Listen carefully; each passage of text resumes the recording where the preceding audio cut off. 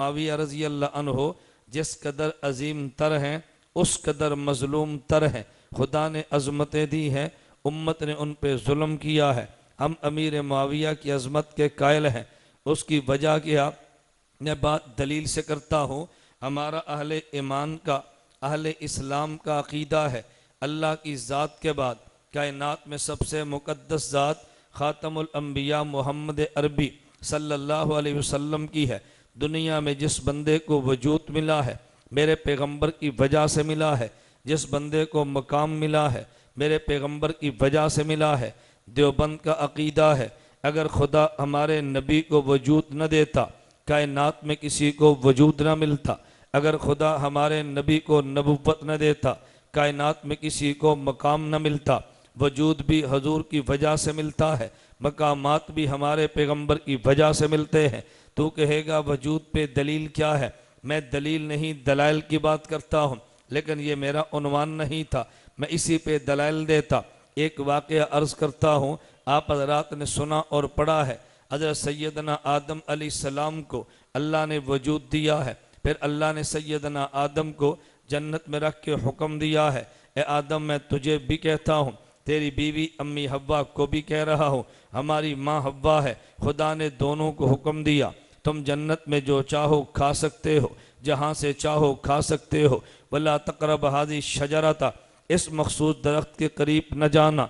हज़रत आदम उस दरख्त के करीब गए हैं, उस दरख्त को खा लिया है। बास लोगों ने कहा हज़रत आदम ने गुनाह किया है, हमने कहा गुनाह नहीं है, आदम अलैहिस्सलाम ने दरख्त खाया है मगर गुनाह तब भी नहीं। लोग कहते हैं दलील क्या है? हमने कहा अल्लाह का कुरान खुद जवाब देता है, फनसिया आदम वलम नजद लहू अज़मा। हज़रत आदम भूल गए हैं, अगर भूल कर काम करने से गुनाह कोई नहीं कहता, अगर भूल कर काम करने से गुनाह कोई नहीं कहता। फिर लोग कहते हैं अगर ये गुनाह नहीं था अल्लाह ने आदम अलैहिस्सलाम को डांटा क्यों है, आदम अलैहिस्सलाम को जन्नत से निकाला क्यों है?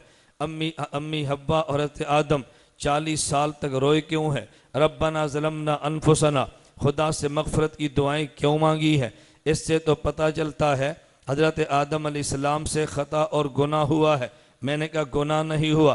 कहा जी फिर डांट क्यों पड़ी है, 40 साल तक रोए क्यों हैं, खुदा से रोकर दुआएं क्यों मांगते हैं? मैंने कहा तवज्जो रखना, हज़रत आदम भूल गए हैं, लेकिन आदम के भूलना और है और उम्मती का भूल जाना और है। मैं बात समझाने के लिए कहूँगा, आदमी भूल कर काम करे तो गुनाह नहीं होता, और भूल कर गुनाह करे तो, भूल कर काम करे तो माफ़ होता है। मैं उसकी मिसाल दूंगा। अगर एक बंदे ने रोज़ा रखा और रोज़ा रख के भूल गया है और भूल कर खा लिया है, आप बताओ रोज़ा टूट जाता है? बोलिए ना। आदमी भूल कर खा ले तो रोज़ा टूट जाता है, अगर भूल कर पी ले तो रोज़ा, बुलंद आवाज़ से, भूल कर पी ले तो रोज़ा। अच्छा एक मसला मुझे और बताएं, अगर एक आदमी नमाज पढ़ रहा था और नमाज के दौरान भूल कर बातें शुरू कर दे तो नमाज टूट जाती है कि नहीं? बुलंद आवाज़ से कहो ना। अब आप शक में है, पता नहीं टूटती है कि नहीं, इसलिए कहते हैं अगर हमने कहा टूट जाती है तो कि मौलाना साहब कह दें नहीं टूटती, हम कह देंगे नहीं टूटती तो मौलाना साहब कह देंगे टूट जाती है, इसलिए शक में पड़ गए हैं। तवज्जो रखना और बात समझना। अगर कोई बंदा भूल कर खा ले रोज़ा नहीं टूटता, अगर भूल कर पी ले तो रोज़ा नहीं टूटता, लेकिन भूल कर नमाज में बात कर ले तो नमाज टूट जाती है। अब बंदा ताज्जुब करता है, एक काम भूल कर करा तो माफ़ हो गया है और एक भूल कर किया तो माफ़ नहीं हुआ, इसकी वजह क्या है?